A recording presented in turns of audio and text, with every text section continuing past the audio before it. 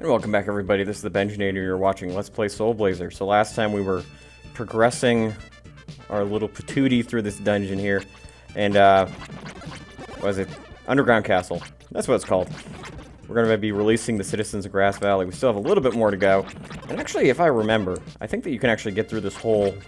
most of this dungeon without going back to town. But that's going to change, because there is a second half to this dungeon that we do not currently have access to, and I think we're actually getting pretty close to that. Just beyond here, really. Yeah, see. Oh, yeah. There's the elevator, and this is actually like a really fun thing.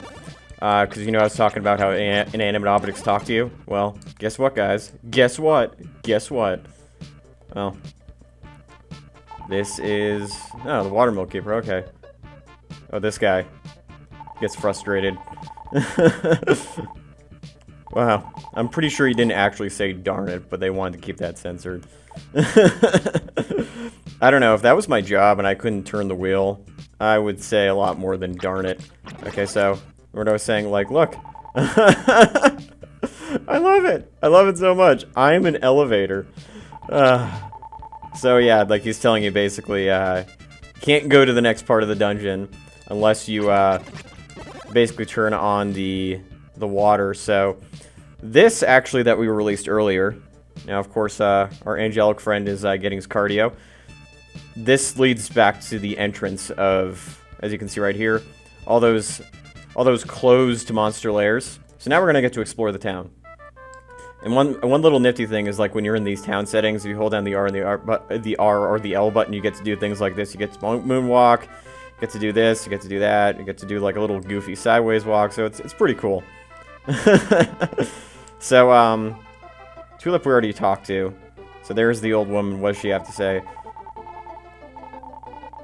So, oh yeah, her village chief has not been released yet.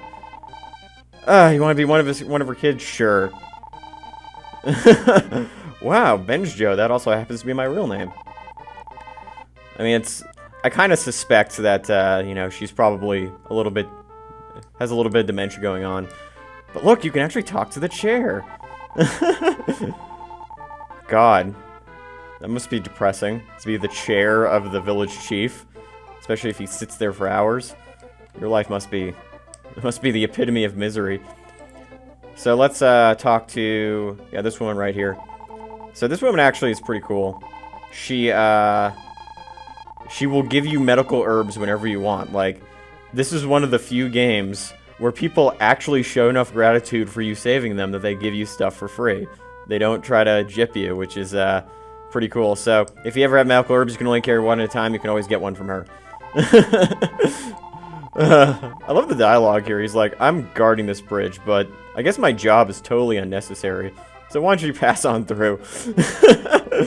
Oh, these people are so humble.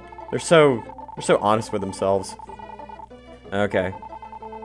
So, this guy also sucks at his job because he can't do his job. Well, I guess I'm gonna have to use my divine strength to turn the wheel. There we go. So guess what that did, folks? Wasn't that simple? We basically just got the elevator running. All it needed was some hydroelectric thrust.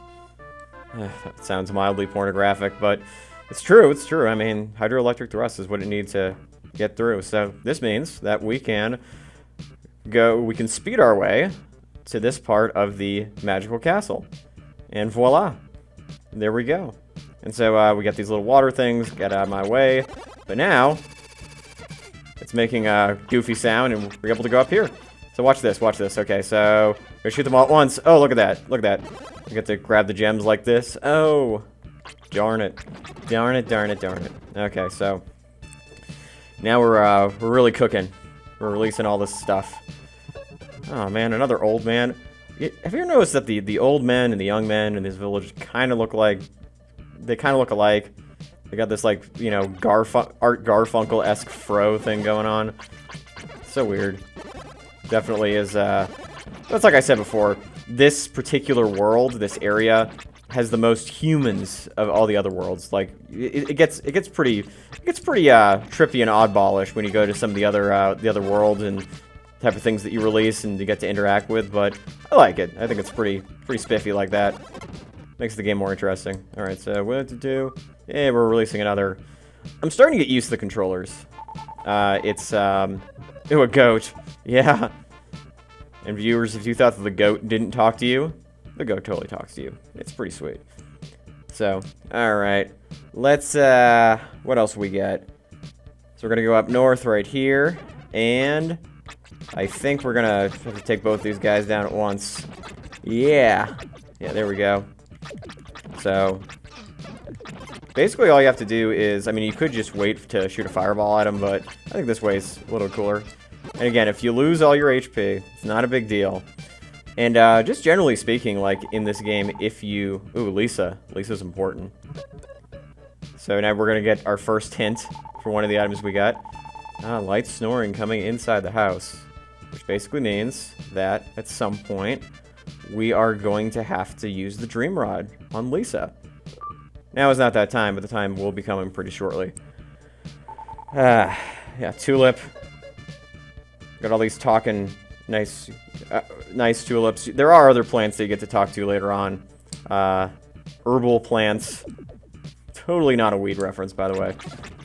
So, let's crush these guys. And, oh, we get to go in this nice little, like, Acropolis-looking type thing. Where we have more of these spiny dudes. Again, these enemies, pretty easy. You get some pretty nasty ones later on. But fortunately, this game is not super punishing if you get a game over. So, like, you can pretty much start at a fairly nearby location. But I still recommend that you try to stay alive as you would in any other, you know, video game. Except for the ones where you don't want to... Except for the ones where you're playing somebody undead.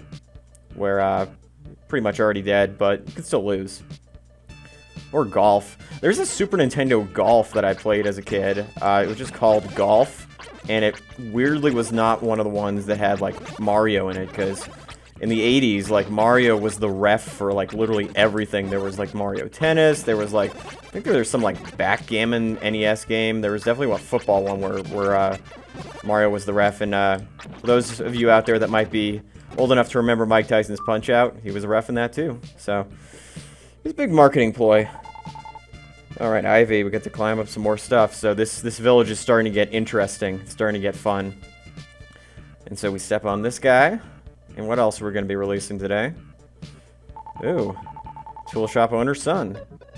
So that lady's going to get some help selling some herbal remedies, so to speak. So we go up here. Now this is where it gets a little bit crowded when it comes to the... okay, so these... When it comes a little bit crowded, it comes to the conveyor belts, is what I was going to say. So these guys can sometimes show up over here. You just want to shoot the fireball at them. Then it just get... I do like how the gems can float to you. I mean, it would be kind of annoying if there was a wall between you and the gem. It just would be like, nope, you're stuck. Just has a fluidity that way. So, we're actually going to have a series of monster layers here, as you'll be seeing very shortly. So, right now, these guys are kind of just spitting one at a time. Not very quickly, mind you. But that's going to change in just a second.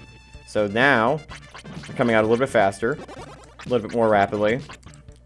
And if you folks are sensing a pattern here, you'll see that they're going to come out with even greater speed and ferocity the next time. There we are. So it's just going to be spitting out. And sometimes it can actually benefit to, yeah, we just use the medical herb. Sometimes it can just benefit to wait till every single one of them's out. And then we're going to have one more. Look at that. Oh boy. But you know what you do here? You guessed it. Boom! That was beautiful. Yeah, the fireball's really fun. Really enjoy the fireball. Another goat. Ah, goats. My roommates and I have a inside joke about goats. My roommate Corey had this long story. I could not do it justice by telling the story, but the whole extent of it is, like, a Scottishman is saying that you know, he's had all these great accomplishments, but he was like, oh, but you fuck one goat. And that's the punchline.